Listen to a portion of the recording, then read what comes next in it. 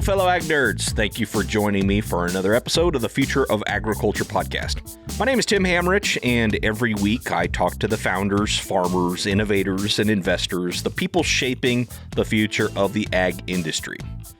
One guiding question I've had for the podcast here lately as I think through the rest of 2021 is, what can agricultural innovation do to help the smallholder farmer? I mean, we talk about the types of technologies that are geared towards larger operations, with me being in North America.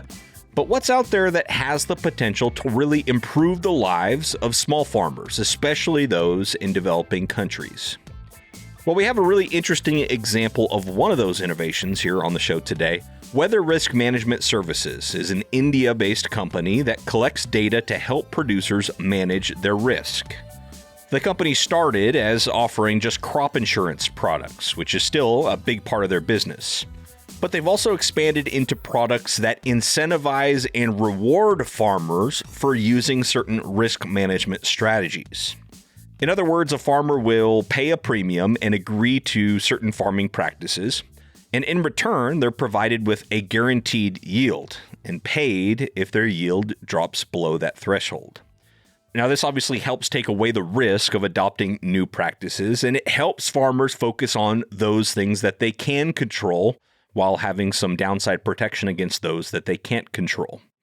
If you remember from the previous episodes I've done with Dan Cosgrove of Growers Edge, there's a lot of similarities here in reducing the risk of new technologies. Just in this case, for the show today, it's more targeting management practices of these primarily smallholder farmers. Their approach combines a variety of data sources and local experts that serve the farmers in the communities in which they operate. The company, Weather Risk Management Services, has worked now with over 30,000 farmers in India already and hopes to grow that to 1 million farmers in the next 5 years. So in today's episode, I'll speak with founder Sonu Agrawal. First, though, I want to make sure you know that one of my favorite ag podcasts, Fieldwork, is back for an all-new season. Co-hosts Mitchell Hora and Zach Johnson, who you probably remember from episode 205 last year, are back to talk all things sustainable ag. This season, they'll tackle financing farm innovation, carbon markets, new sustainability standards in crops like cotton, and so much more. They're also doing a special focus on Washington County, Iowa, where Mitchell lives and farms, which has a very strong conservation culture. What's the special sauce? Well, listen and find out. Episodes drop weekly on Wednesdays, and you can find them at fieldworktalk.org or wherever you get your podcasts. Thanks, guys, for supporting this show, and best of luck with the new season. Okay, once again, we have on the show Sonu Agrawal, founder and managing director of Weather Risk Management Services. I'm going to drop you into the conversation now, where Sonu is talking about his unexpected turn from math and physics into ag tech.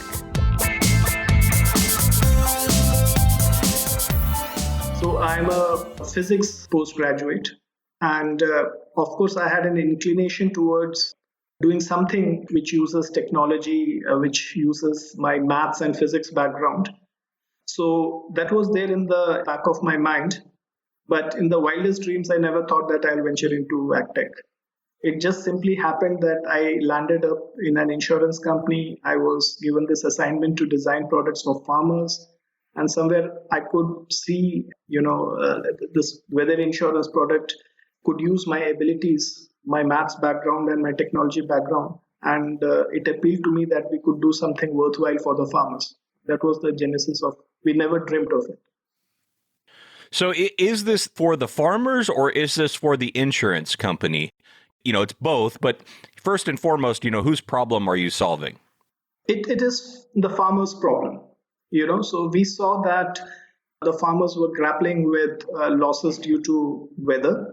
And so the first product we designed was targeted towards the farmers. But of course, we realized that we had to create an ecosystem, which meant that we needed to involve the insurance companies also, because they had to write the contract. We had to spend substantial amount of time in educating and preparing the insurance companies also to write such contracts. But the focus always has been the farmer.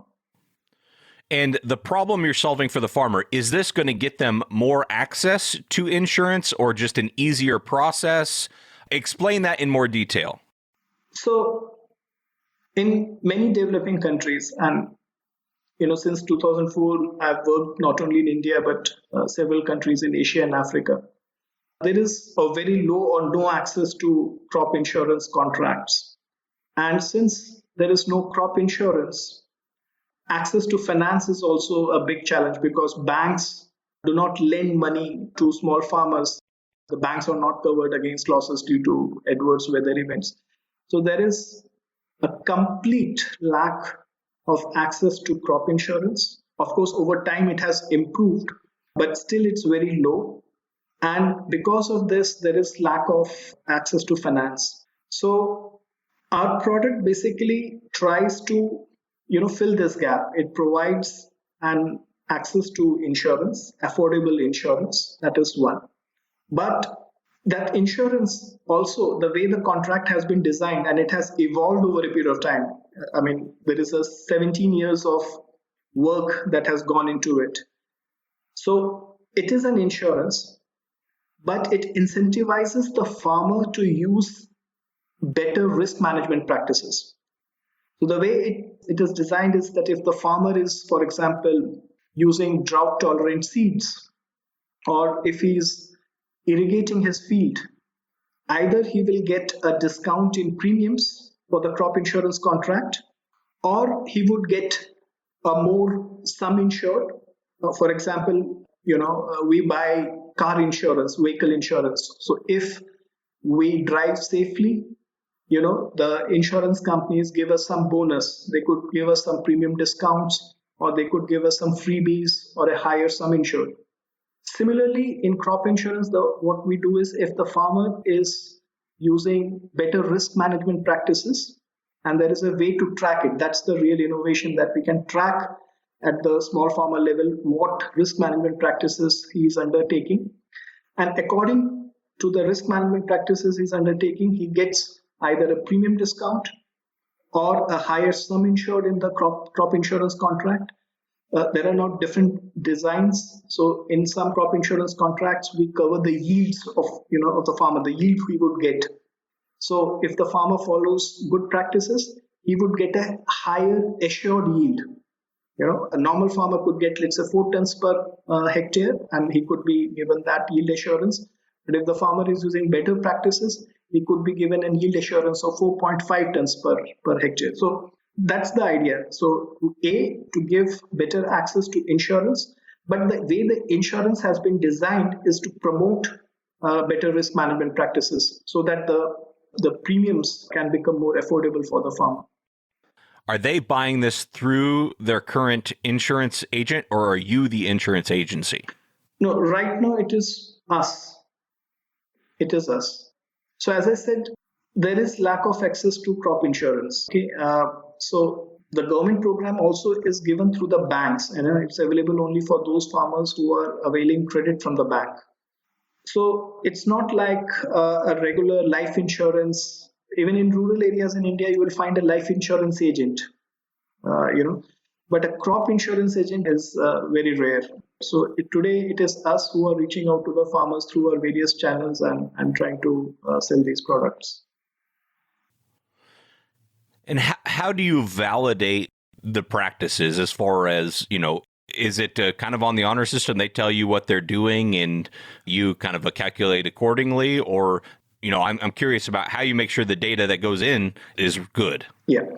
So several factors, for example, whether the farmer has applied irrigation or whether he has applied minimum nutrition can be verified using satellite data. So through various satellite and drone-based indices, we can assess the soil moisture level in the field. Of course, we have the weather stations in a village which records the rainfall, temperature, humidity. So if, for example, the soil moisture of the field is good and there has been no rain, it implies that the farmer has applied irrigation. So that much bonus accrues to the farmer. Likewise, using satellite indices like leaf area index, and there are various vegetative indices, you can estimate what is the nitrogen nutrition level in the crop. So you could estimate whether the farmer has applied the right nutrition or not. other things, for example, whether the farmer has used preventive biopesticides in the field to take care of the pest and diseases.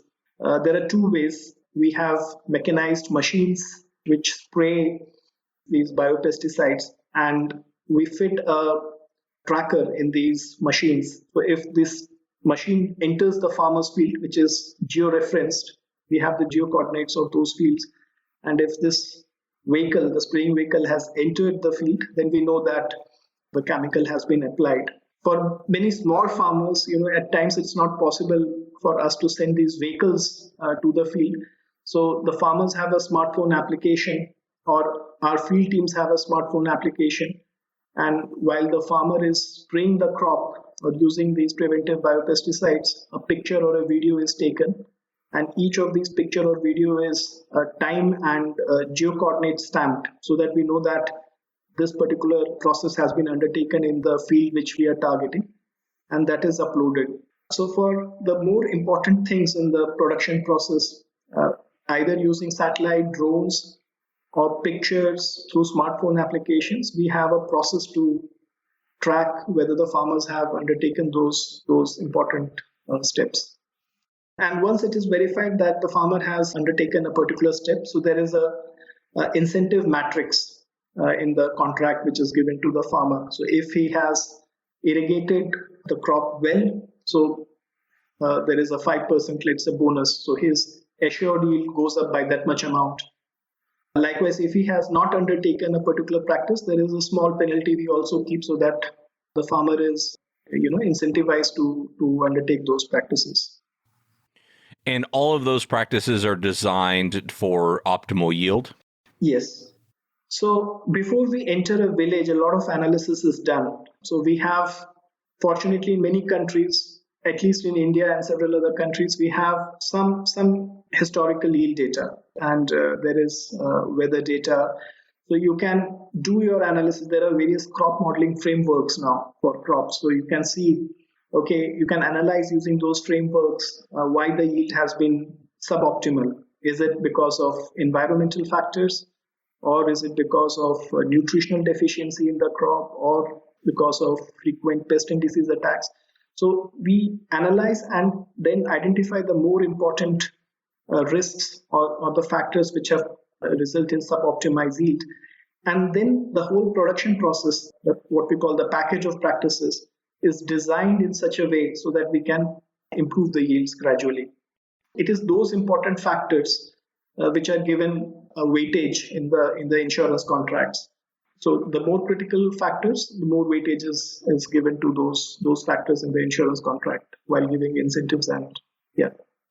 And it seems difficult for me to grasp the concept that you can truly calculate the crop loss without going and estimating it in person. I know you have weather stations, but inevitably it would seem to me you're going to get the situation where, a farmer says, I know that's what your data says, but on my farm, it's worse.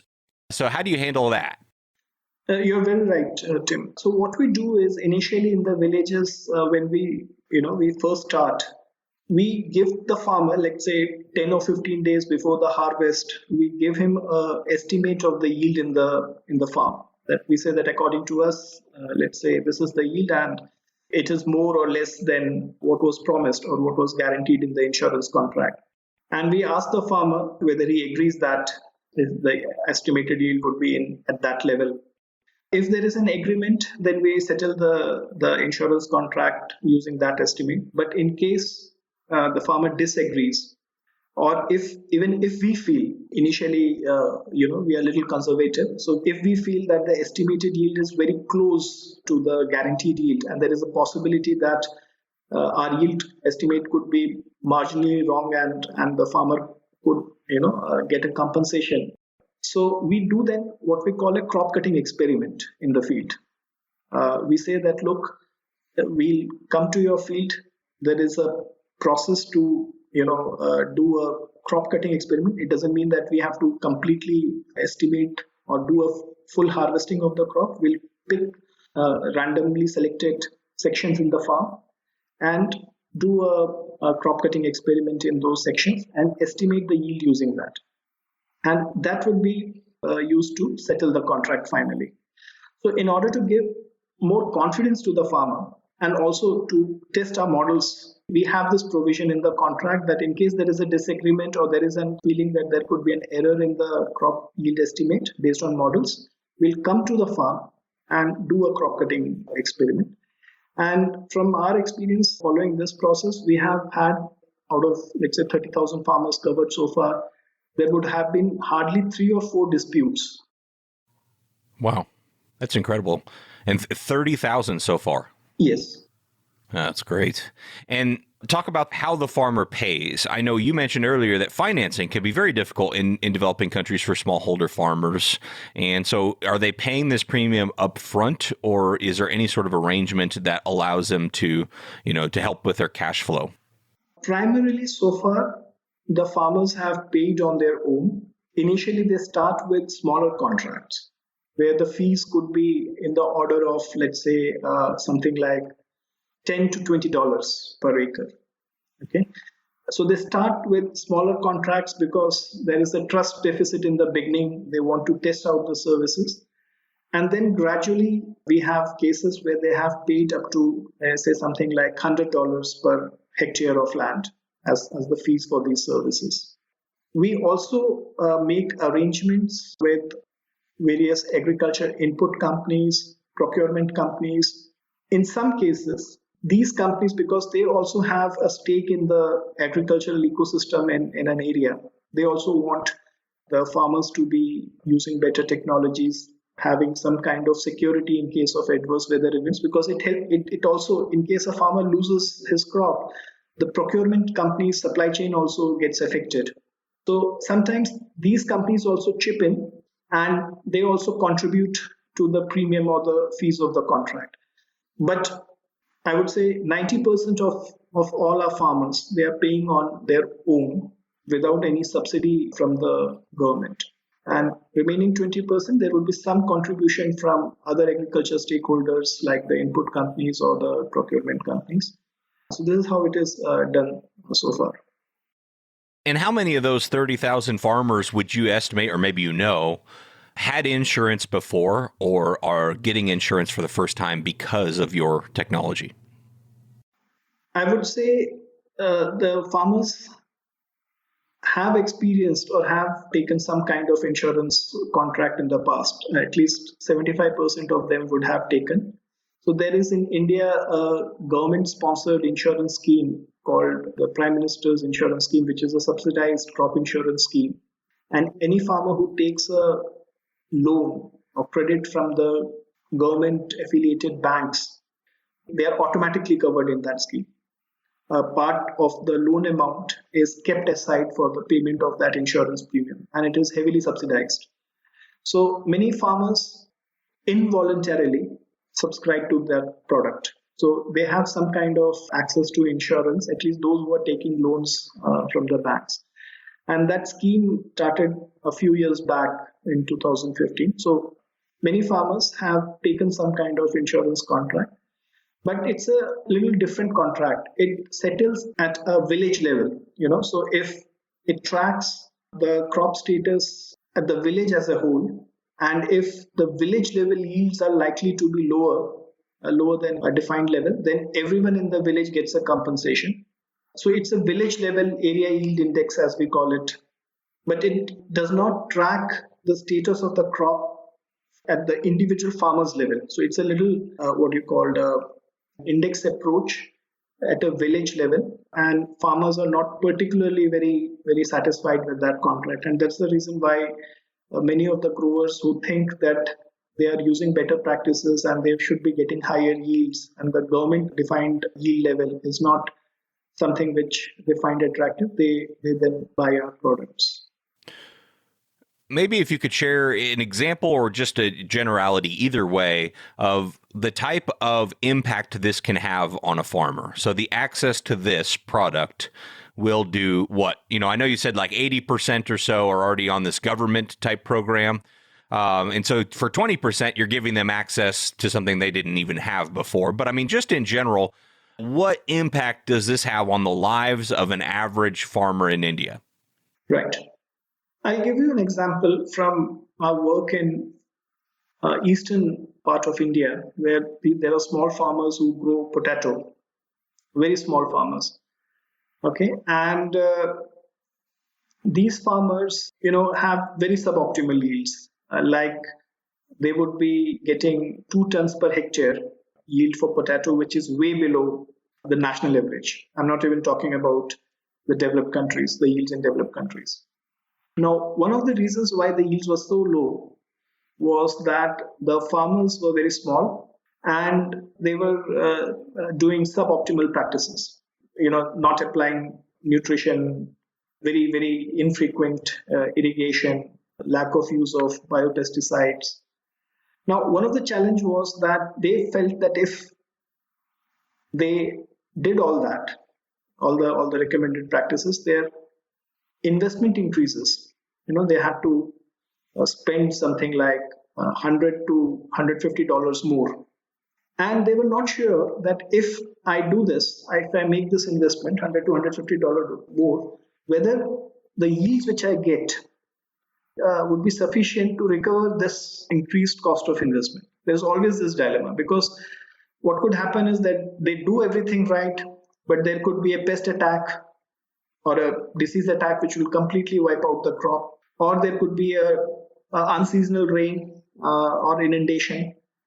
So you're never sure. As a small farmer, $100 to $150 is a very high amount.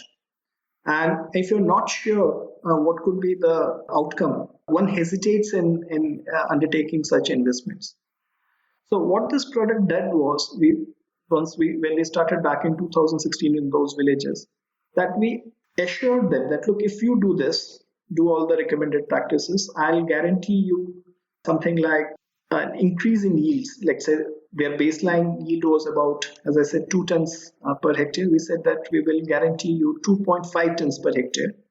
And that increased 0.5 tons was sufficient to recover the increased investment. So this contract basically gave them an assurance that, look, if I use the right practices, these guys are assuring me a yield of 2.5 tons, which is enough to recover my investment. And gradually, over a period of time, the same set of farmers now are having an average yield. The baseline yield was about 2 tons per hectare. Now they are clocking somewhere around 2.5, 2.7 tons per hectare. And in between, there have been losses to crops because of disasters, weather events, pest and disease attacks, and in such cases, compensation has come from the insurance companies, giving the farmers the liquidity to try once more in the next season. Because of this contract, they had the liquidity to ride through the crop losses and keep having faith in technology that, look, if I keep doing this, I will achieve 2.5 tons. This is what we have been successful in doing. So this is basically that incentive or an assurance to the farmer that, look, if you follow better practices, you will reach there. Your incomes will improve and there will be no shocks in the process. That was a great example. Yeah, that was exactly what I was looking for. So thank you on that. What if they don't know how to use the practices and technologies that you're recommending, because they never have before? Yeah, so there is very intense training program in the beginning. So as I mentioned earlier, that there are 2 people who are assigned to a village. These people, there are 3 training sessions during the crop season, and it covers the various practices they have to follow. There are pamphlets and brochures given. There are webinars which are organized. For the last 1 year, we found that there is a way to reach out to the farmers through an online way to reach out to the farmers, where our experts train them online, and it's far easier to do that. But there is a very intense training program which is undertaken. So the farmers are educated on these better practices, but there is a learning curve. I won't claim that this happens in the first season. It almost takes, our experiences that it takes, say, 3 to 4 seasons to win the trust of the farmers, so that they feel confident that, look, we can adopt these practices which are being recommended. And after 3 or 4 seasons, it becomes more easier to convince the farmers. And once a minimum set of farmers are convinced in a village, then it propagates very faster. It's very easy to convince other farmers then. And how do you get that local knowledge? I mean, obviously, there's agronomic information out there about potatoes, but not maybe necessarily growing potatoes in the eastern part of India. How do you cultivate that local knowledge to make sure that what you're recommending actually fits that specific region? Yeah, so there are a lot of baseline surveys which are done. So, say, for example, getting information on the soil, environment, water table, water resources, that's far more easier for any village. But getting to know what the farmers are doing right now, what practices they are doing, the logic behind it, why they're not undertaking certain things which are very so obvious to us. Like we could say that, look, they should be spraying 3 or 4 times in the crop season to take care of pests and diseases. But farmers don't. But to get into their skin and understand why they're not doing it. So there are baseline surveys which are done. So that helps us learning, but a lot of learning happens on the way. I won't claim that we learn everything and then move, but a lot of learning happens in the first 2 seasons when we experiment with the farmers, do smaller contracts, so that knowledge gets assimilated into our system. Let's say, for example, in each season when we run a contract, we do a detailed analysis, what went wrong. We track the yields of each farmer. We have, through our platform, we know what practices they have undertaken. We have the weather information. So then again, an analysis is run that what went wrong and how can these things be improved. We then try the new product, the improved product in the next season. So there is a lot of iterative learning, which is also part of the process. And it sounds like kind of your big competition, for lack of a better word, is the government program, right? It looks like that way, but it is not. The government really wants to give a social security, product. So say, for example, if there is big disasters in the area, in a village, which affects the whole population of the village, then those insurance products pay claims. So it's more kind of a disaster insurance which is in place. Whereas the farmers whom we are targeting, they are growing commercial crops, they want more higher yields. While they need a social security, but they need higher yields and a protection of yields at a higher level than what the government guarantees. So I do not think that there is a competition as such. Maybe there are some features in our product we are trying that, the government product itself incorporates those features, and that way it can be made scalable in a much faster way. And we could provide the technology assistance to implement such contracts to the government also. So I think we can synergize with the government programs.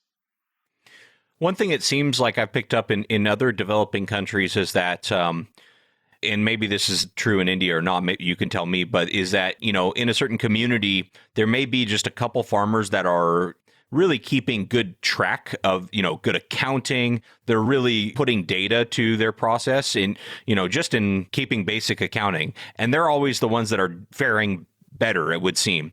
Is part of this that you're kind of bringing data to some farmers that maybe didn't see the point before? Yes, this is happening indirectly. You're very right. So farmers are smart. They know what they're doing, But like many of us, they don't maintain data very methodically, very accurately. And a lot of insights can be gathered from the data you keep in a methodical way. And there are a lot of things which they don't know. So say, for example, climate forecasts, or they have very, what you call a recent memory. Okay, they would remember exactly what happened 2 to 3 years back. But let's say events which have happened 10 years back or 15 years back in their father's time, they lose relevance. These memories fade away. But through modern data management, you can get insights, the past data, and help the farmers in taking better decisions. So naturally, this is happening, and that's an advantage which is accruing to the farmers. Great. Well, what's your roadmap look like? What's coming next for your company? 30,000 farmers is a lot, but I know there's like 100 million or something in India. What do things look like for you next? What are the next benchmarks you're hoping to hit?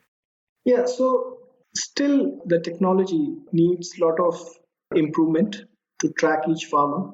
There are multiple crops, there are multiple situations. So what we're learning is that it will take a little time to customize the technology for different situations, different crops, different regions. So we have a target to reach about 1 million farmers in the next 5 years in 3,000 villages. India is a big country, but we are not that ambitious.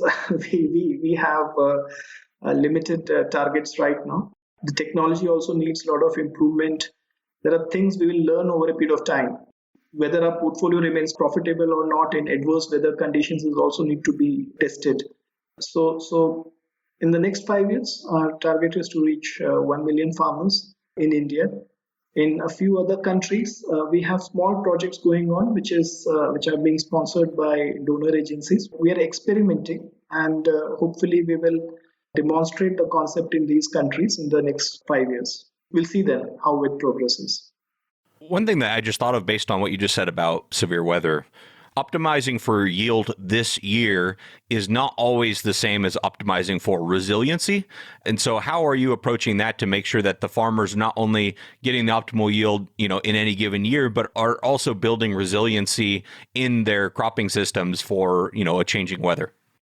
Again, when we do the risk analysis, when we do the feasibility studies for a village, the more important risks, say if the village is more prone to drought or floods, this is understood, and accordingly the package of practices are designed. So say for example, in drought prone regions, we give more incentives if the farmers are sowing drought resistant seeds, or if they are building small water reservoirs for irrigation.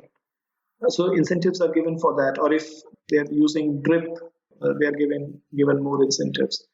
Likewise, in flood-prone areas, again, a lot of emphasis is given on better drainage, because we feel that if the drainage is improved, the flood risks can be managed, and here we then collaborate with the local government officials. So in India, there is a very popular rural development program which emphasizes on building the rural infrastructure. So we collaborate with the rural development department and highlight that, look, these are the problems in this area. And we present that whole information on a GIS platform to them. So it becomes easier for them also to look at the problem from a bird's eye view. They have an understanding, okay, look, these are the sections of the village which need better drainage. There is silt in these canals, and these need to be desilted. So we give them a kind of a overview and a plan of action, and they also cooperate with us in this process. So these resilience measures are built in the production process or the planning for each village. Okay. And do you have any sort of estimation? And I know this is going to vary wildly, but these 30,000 farmers that you've worked with so far, what % on average increase in productivity might they see? Or do you have kind of a benchmark overall of a certain % increase in productivity? First year, 5 or 7% if we are lucky. Not easy at all. And because in crop growth, there is so much which happens between the plant and the environment where we have no control, and it also takes time to educate the farmer. First year, 7%, 5 to 7% will be a good achievement. Second year, 10 to 12% on an average. Third year, about 20% on an average. There are places where we have achieved, say, something like 40%, but that is primarily because of using better seed varieties, improving irrigation. But that could be an exceptional case. If you look at the overall average across areas, then it's more moderate. The progress is slower, 5 to 7% first year, 10 to 12 second year, and then 15 to 20. That would be a more achievable target on a large scale. Great. Well, I really appreciate this, Sonu. I mean, this has been enjoyable for me. Is there anything else that you'd like to add before I let you go? Last statement I would like to make is that we are still learning. I wouldn't claim that we have succeeded. It's a process. We'll learn, and we'll see what happens in the next 5 years. Thanks so much to Sonu Agrawal from Weather Risk Management Services for being on the show. I encourage you to go learn more about what they're doing over at www.wrmsglobal.com. That's for Weather Risk Management Services, wrmsglobal.com. For those of you who don't already know, I've started writing a weekly email newsletter this year. In that, you'll get some of my personal thoughts about the future of agriculture that I don't always share on this show. And I also try to feature at least one new ag-related product every week and a highlight from the latest podcast episode. You can subscribe to join that email newsletter at futureofag.com. There's going to be an email icon right there in the middle of the page. Just click on that and add yourself to the list. Thanks again to the Fieldwork Podcast for their support on this episode. Subscribe to that show on your podcast player or at fieldwork.org. Most of all, thank you for your time and your attention. I really don't take it lightly. I'll be back next week with another story of ag innovation.